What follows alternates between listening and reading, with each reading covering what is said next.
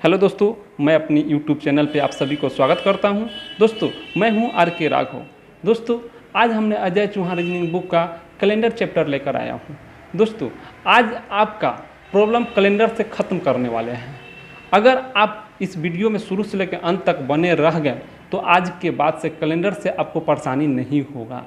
दोस्तों, Ajay Chauhan reasoning book नहीं, अगर इसके अलावा कोई भी बुक उठा लीजिए, इस वीडियो में ही रहेगा।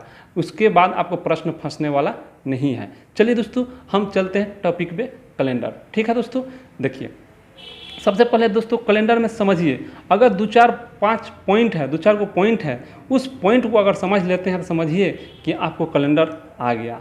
ठीक है, देखिए सबसे पहले दिन देखा जाए। क्या दिन? एक सप्ताह में कितने दिन होते हैं दोस्तों? 7 दिन होते हैं। एक सप्ताह में कितने दिन होते हैं? 7 दिन होते हैं। इसका अर्थ ये हुआ दोस्तों कि कोई भी दिन आपको मालूम है, उसमें अगर 7 प्लस करते हैं तो सेम डेट प्राप्त हो जाता है। एग्जाम्पल, 1 तारीख को सोमवार है, अगर इसमें 7 प्लस करते हैं तो 8 तारीख होगा। 8 तारीख को भी सोमवार होगा। ठीक है दोस्तों, अगर 8 तारीख को सोमवार है, फिर 7 प्लस करते हैं तो 15 तारीख होगा। 15 तारीख को भी सोमवार होगा। ठीक है दोस्तों, चलिए ये तो बात तो हम लोग किए कि एक सप्ताह में कितने दिन होते हैं, तो एक सप्ताह में 7 दिन होते हैं। अब आते हैं हम लोग माह, सप्ताह से माह पे। एक माह में 30 दिन या 31 दिन होते हैं। ठीक है दोस्तों, उसके बाद फरवरी महीना अगर ले लिया जाए तो फरवरी में 28 या 29 होते हैं। अब 28 कब होते हैं, 29 कब होते हैं, आगे बताते हैं। ठीक है दोस्तों, उसके बाद फिर अब चलेंगे साल में, तो एक होता है साधारण वर्ष, एक होता है लीप वर्ष, यानी आधी वर्ष बोल सकते हैं। ठीक है, इस साधारण वर्ष में 365 दिन होते हैं, जिसमें 365 दिन होते हैं, इसमें फरवरी महीना 28 दिन के होते हैं। ठीक है, 365 दिन साधारण वर्ष में 365 दिन होते हैं, इसमें फरवरी महीना 28 दिन के ही होते हैं। अगर सप्ताह की बात किया जाए तो 52 सप्ताह 1 दिन होगा, 1 दिन होंगे। अगर सप्ताह की बात किया जाए तो 52 सप्ताह 1 दिन होंगे। दोस्तों, 52 सप्ताह 1 दिन क्यों आया? 1 दिन इसलिए आया, इसमें एक सप्ताह में तो 7 दिन होते हैं। 365 में अगर 7 से डिवाइड करते हैं, 7 से भाग देते हैं, तो आपको कटेगा कितना? 7 × 5 = 35। ठीक, इसमें 1 15, यानी 7 दूना 14, 1 शेष बचा, 1 शेष हो गया। दोस्तों, यही आपका एक आपको याद रखना है। ठीक है, अगर वर्ष में दिन पूछे तो ये आपका एक बहुत काम करेगा। दोस्तों, आप इतना सा सीधी सी बात याद रखिए कि साधारण वर्ष का विषम दिन 1 होता है।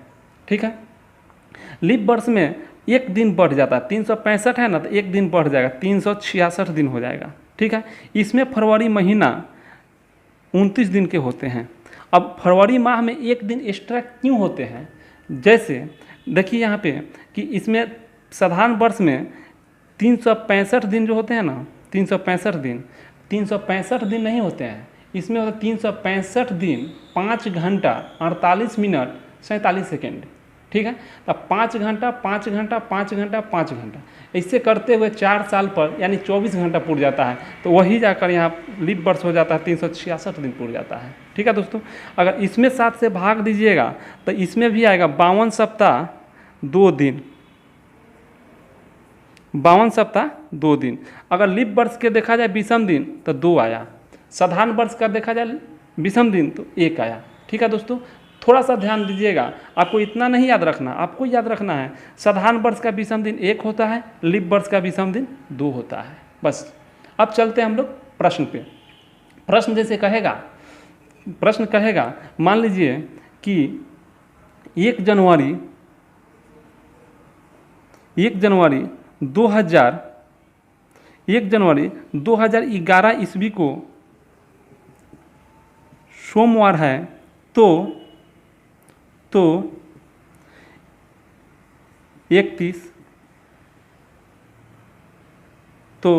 31 दिसंबर 2011 ईस्वी को कौन सा दिन होगा। ठीक है दोस्तों, तो एक बात ख्याल कीजिए, कोई भी साधारण वर्ष में शुरू का दिन मालूम हो और अंतिम दिन पता करना हो तो शुरू का दिन जो पता है वही अंतिम दिन होगा। जैसे 1 जनवरी 2011 ईस्वी को सोमवार है तो 31 दिसंबर 2011 ईस्वी को सोमवार होगा। ठीक है दोस्तों, 1 जनवरी 2011 ईस्वी साधारण वर्ष का, सीधी सी बात समझिए, साधारण वर्ष का पहला दिन और अंतिम दिन सेम होते हैं। साधारण वर्ष का पहला दिन और अंतिम दिन सेम होते हैं। ठीक है, नेक्स्ट प्रश्न देते हैं आप 2 नंबर एग्जाम्पल। 1 जनवरी 2012 ईस्वी को मंगलवार है तो 31 दिसंबर 2012 ईस्वी को कौन सा दिन होंगे। दोस्तों 1 जनवरी 2012 ईस्वी को मंगलवार है तो 31 दिसंबर 2012 ईस्वी को कौन सा दिन होंगे। दोस्तों हम एक और बात छोड़ दिए हैं, साधारण वर्ष और लीप वर्ष कैसे पकड़ेंगे ये बात नहीं। जो वर्ष में 4 से भाग लग जाए वो लीप वर्ष कहलाता है। आखिरी 2 डिजिट, अंतिम के 2 डिजिट को पकड़िए, उसमें 4 से भाग लग जाता है, पूरा कट जाता है तो लीप वर्ष है। 4 से भाग नहीं लगता है तो साधारण वर्ष है। तो देखिए, तो 12 में 4 से भाग दीजिए तो कट जाएगा। ठीक, तो इसका जो है 1 जनवरी शुरू का दिन मालूम हो और अंतिम दिन पता करना हो। शुरू का दिन मालूम हो, अंतिम दिन, इस वर्ष का अंतिम दिन मालूम करना हो तो इस वर्ष में, इस दिन में 1 प्लस कर दीजिए, यानी बुधवार हो जाएगा। दोस्तों बुधवार क्यों होगा, क्योंकि इसमें फरवरी महीना जो है 29 दिन के होते हैं। फरवरी महीना 29 दिन के होते हैं, 28 से 1 बढ़ा 29, तो वही 1 यहाँ जुट गया, यानी बुधवार हुआ। इससे क्या पता चला कि साधारण वर्ष में पहला दिन मालूम हो, अंतिम दिन पता करना है तो सेम दिन होता है। लीप वर्ष में पहला दिन मालूम हो और अंतिम दिन पता करना हो तो उसमें 1 प्लस हो जाता है, क्योंकि फरवरी महीना, इसमें लीप वर्ष में फरवरी महीना 1 दिन एक्स्ट्रा हो जाते हैं, इसी कारण 1 दिन बढ़ जाते हैं। देखिए कह रहा है क्या कि 5 जून 2010 ईस्वी को रविवार है तो 4 जून 2011 ईस्वी को कौन सा दिन होगा। 4 जून 2011 ईस्वी को कौन सा दिन होगा, यानी शुरू का दिन पता हो और अंतिम दिन पता। एक वर्ष में 365 दिन होते हैं, यानी जब 5 जून से कोई पॉलिसी चालू हुआ, कोई बीमा चालू हुआ तो उसका वर्ष कब लगेगा, 4 तारीख को ही 1 वर्ष हो जाएगा। 4 तारीख को ही 1 वर्ष पूरा हो जाएगा, यानी 1 वर्ष, यानी कहने का अर्थ यह है इस शुरू का दिन ये अंतिम दिन होगा, 1 वर्ष का अंतिम दिन, तो यानी इस दिन भी रविवार ही होगा। ठीक है, नेक्स्ट एग्जांपल लेते हैं। नेक्स्ट एग्जांपल जैसे 1 जनवरी 2010 ईस्वी को शुक्रवार है तो 1 जनवरी 2011 ईस्वी को कौन सा दिन होगा। ठीक है, यानी शुरू साधारण वर्ष का पहला दिन और उसके अगला वर्ष का पहला दिन में 1 जुट जाता है, क्योंकि 1 जनवरी 2010 ईस्वी को शुक्रवार है तो 31 दिसंबर 2010 ईस्वी को भी शुक्रवार होगा। लेकिन 31 दिसंबर ना पूछकर आपसे तो 1 जनवरी पूछ दिया, यानी 1 इसमें प्लस हो जाएगा, यानी शुक्रवार था शनिवार। दोस्तों आप लिख सकते हैं कि साधारण वर्ष में शुरू का पहला दिन और अंतिम दिन सेम होते हैं। साधारण वर्ष में शुरू का पहला दिन और अंतिम दिन सेम होते हैं, पहला टॉपिक। दूसरा टॉपिक है साधारण वर्ष का पहला दिन और अगले वर्ष का पहला दिन 1 प्लस हो जाते हैं। साधारण वर्ष का पहला दिन और अगले वर्ष का पहला दिन में 1 प्लस हो जाते हैं। साधारण वर्ष का पहला दिन शुक्रवार, अगले वर्ष का पहला दिन में एक प्लस किए तो शनिवार आ गया। ठीक है, चलिए अब सेम चलते हैं लीप वर्ष में, यानी लीप ईयर। ठीक है, लीप वर्ष इसको भी लिख सकते हैं 1 जनवरी 2008 ईस्वी को शनिवार है तो 1 दिसंबर 2008 ईस्वी को कौन सा दिन होगा। दोस्तों इसको भी लिख सकते हैं 1 जनवरी 2008 को शनिवार है, यानी लीप वर्ष का पहला दिन और लीप वर्ष का अंतिम दिन निकालना है, तो जो दिन है उसमें एक प्लस हो जाता है, क्योंकि फरवरी महीना इसमें 29 दिन के होते हैं, इसीलिए एक दिन प्लस हो जाते हैं। शनिवार है, 1 जनवरी 2008 ईस्वी को शनिवार है तो अंतिम, सॉरी दोस्तों 31 दिसंबर है, 31 दिसंबर 2008 ईस्वी को कौन सा दिन होगा, यानी रविवार हो जाएगा। रविवार होगा। रविवार क्यों होगा बता दिए, क्योंकि फरवरी महीना इसमें ऐड हो गया। अच्छा चलिए नेक्स्ट एग्जांपल चलते हैं। 1 जनवरी 2004 ईस्वी को मंगलवार है तो 1 जनवरी 2005 ईस्वी को कौन सा दिन होगा।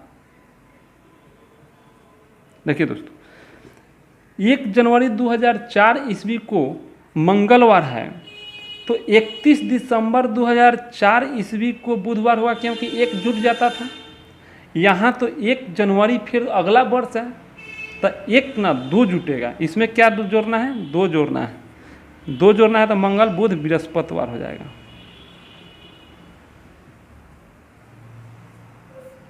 बृहस्पतिवार क्यों हुआ, क्योंकि लिख सकते हैं इसको, एक लीप वर्ष का पहला दिन और लीप वर्ष का पहला दिन और अगले वर्ष का पहला दिन में 2 जुट जाता है। लीप वर्ष का पहला दिन और अगले वर्ष का पहला दिन में 2 जुट जाता है। जैसे कि 1 जनवरी 2004 ईस्वी को मंगलवार था तो 1 जनवरी 2005 ईस्वी ज्ञात करना है तो 2 जुट जाएगा, यानी बृहस्पतिवार हो जाएगा। ठीक है दोस्तों, चलिए अब हम लोग चलते हैं नेक्स्ट टाइप को, कौन सा दिन होगा। ठीक है दोस्तों, अब हम चलते हैं 1 मार्च 2013 ईस्वी को रविवार है तो 31 मई 2013 ईस्वी को कौन सा दिन होगा। अब तो इधर कॉमन बात, इधर 1-2 महीना के अंतर है। तो दोस्तों हमें देखना है कि मार्च महीना में 31 दिन होते हैं जिसमें एक दिन पता है, तो शेष 30 दिन बचा। ठीक, अब मार्च के बाद अप्रैल पे जाना है तो अप्रैल 30 दिन का होता है। अप्रैल के बाद मई पे जाना तो 31 मई को तो निकालना ही है। ठीक है, 31 मई को तो निकालना ही है। इस सब को ऐड करेंगे और 7 से भाग दे देंगे। ठीक है, 30 30 7 30 90 91/7, 7 से भाग दे, 7 कम 7 2 7 के 21, यानी शेष रिमाइंडर जो बचेगा 0। तो 0 तो रविवार में प्लस 0 कीजिएगा तो रविवार ही आएगा। तो दोस्तों इतना काम हम लोग क्यों करने जाएंगे, इससे तो समय लगेगा। एग्ज़ाम में हम लोग के पास तो समय बचा हुआ नहीं है, एकदम लिमिट रहता है। आपको एग्ज़ाम हॉल में आपको बनाने के तरीका नहीं, आप बनाते कितना जल्दी है वो आपको देखा जाएगा। तो हम लोग क्या करते हैं, मने मने क्या करेंगे, मार्च में 31 दिन होता है जिसमें तो एक दिन पता है, 30 दिन बचा तो 30 दिन में 7 से भाग देंगे, 7 चौक 28, 2 शेष बचा, 2 मार्च के लिए लिख दिए। अप्रैल 30 दिन होता है, 30 दिन में 7 से भाग दिए 28, यानी 2 बचा शेष। अब बचा मई, मई 31 हुआ तो 31 में 7 से भाग देंगे 3। ठीक है, तो 3 हुआ, अब इसमें 7 से भाग दे देंगे। 7 से भाग क्यों देंगे, 3 2 5 और 5 2 7, 7 से 7 कट गया, यानी 0 0 इसमें जोड़ देंगे, रविवार हो जाएगा। जो दिन है उसमें जोड़िएगा रविवार, 0 जोड़ दिए रविवार। तो इतना करने से कैलकुलेशन थोड़ा जोड़ना पड़ेगा, कहीं मिस्टेक एक आध हुआ दिन गड़बड़ा जाएगा, इसलिए आप डायरेक्ट इसका शेष को ही लिखेंगे। ठीक है, चलिए नेक्स्ट एग्जाम्पल से समझ लेते हैं। मान लेते हैं कि 5 अप्रैल 2003 ईस्वी को शनिवार है तो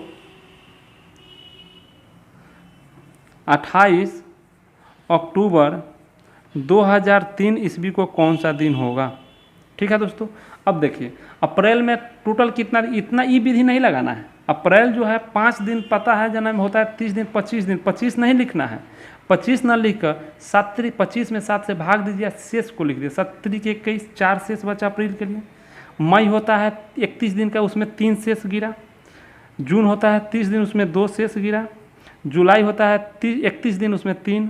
अगस्त में 3, सितंबर में 2, अक्टूबर में 28 तक जाना है दोस्तों। अक्टूबर में 28 तक, 28 में 7 से भाग 0, शेष 0। ठीक है, अब इसको क्या करना, 7 से भाग न देकर 7 पूरा का छोड़ देते हैं। 7 पूरे का छोड़ दीजिए। 4 और 3 7 हो गया। 3 2 5 और 2 7 हो गया। शेष कितना, 3 में 0 जोड़िए 0, 3 में 0 जोड़िए 3 होगा। तो इस शनिवार में 3 जोड़ दीजिए। शनिवार, रविवार, सोमवार, मंगलवार, यानी 28 अक्टूबर 2003 ईस्वी को मंगलवार होगा। देखते हैं इस कोड। देखिए दोस्तों, कोड क्या है। कोड देखिए क्या है। जैसे एक मंथली कोड याद करना होगा, बस इतना ही आपको याद करना है, झमेला कुछ नहीं, बस इतना ही 12 डिजिट याद करना है। एक मंथली कोड, एक शताब्दी कोड। जैसे 1600 शताब्दी में आते हैं, पहले 1600 से लेकर 1699 ईस्वी तक होगा, तो आपको उसके लिए 6 कोड लिखना होगा। 1700 से लेकर 1799 ईस्वी के लिए 4 कोड लिखना होगा।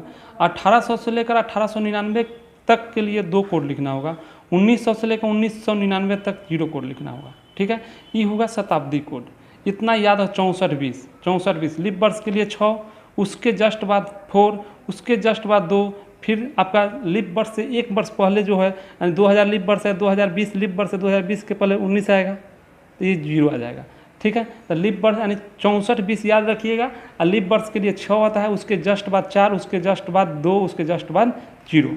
ठीक, अब बच गया माह कोड याद रखना है। दोस्तों सबसे सिंपल तरीका, 10 डिजिट का मोबाइल नंबर याद कर सकते हैं, तो ये तो लाइफ के लिए 12 डिजिट याद करना कौन बड़ी बात है।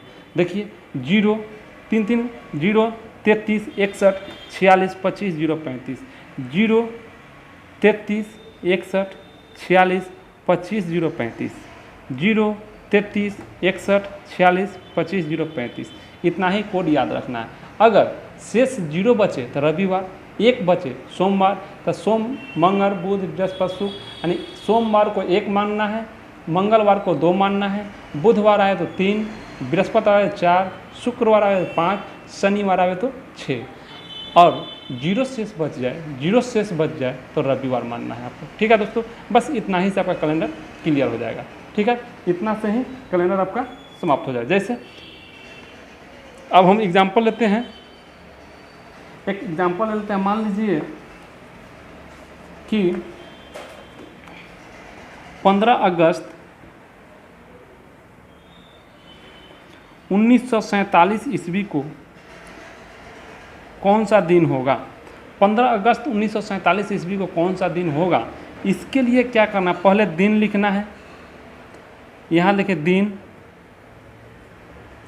ठीक, वर्ष का अंतिम 2 डिजिट यानी दहाई मान लीजिए। इसमें 4 से भाग देकर, यहाँ पे 4 से भाग देकर यहाँ भागफल लिखा है, पूर्णांक लिखना है। फिर उसके बाद शताब्दी वर्ष,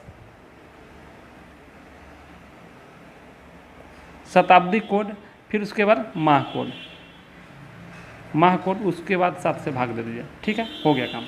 15 है तो 15 यहाँ लिख दीजिए। 47 4 से भाग दीजिए, कितने मरतबे जाएगा, यानी 4 कम 4 11 मरतबे।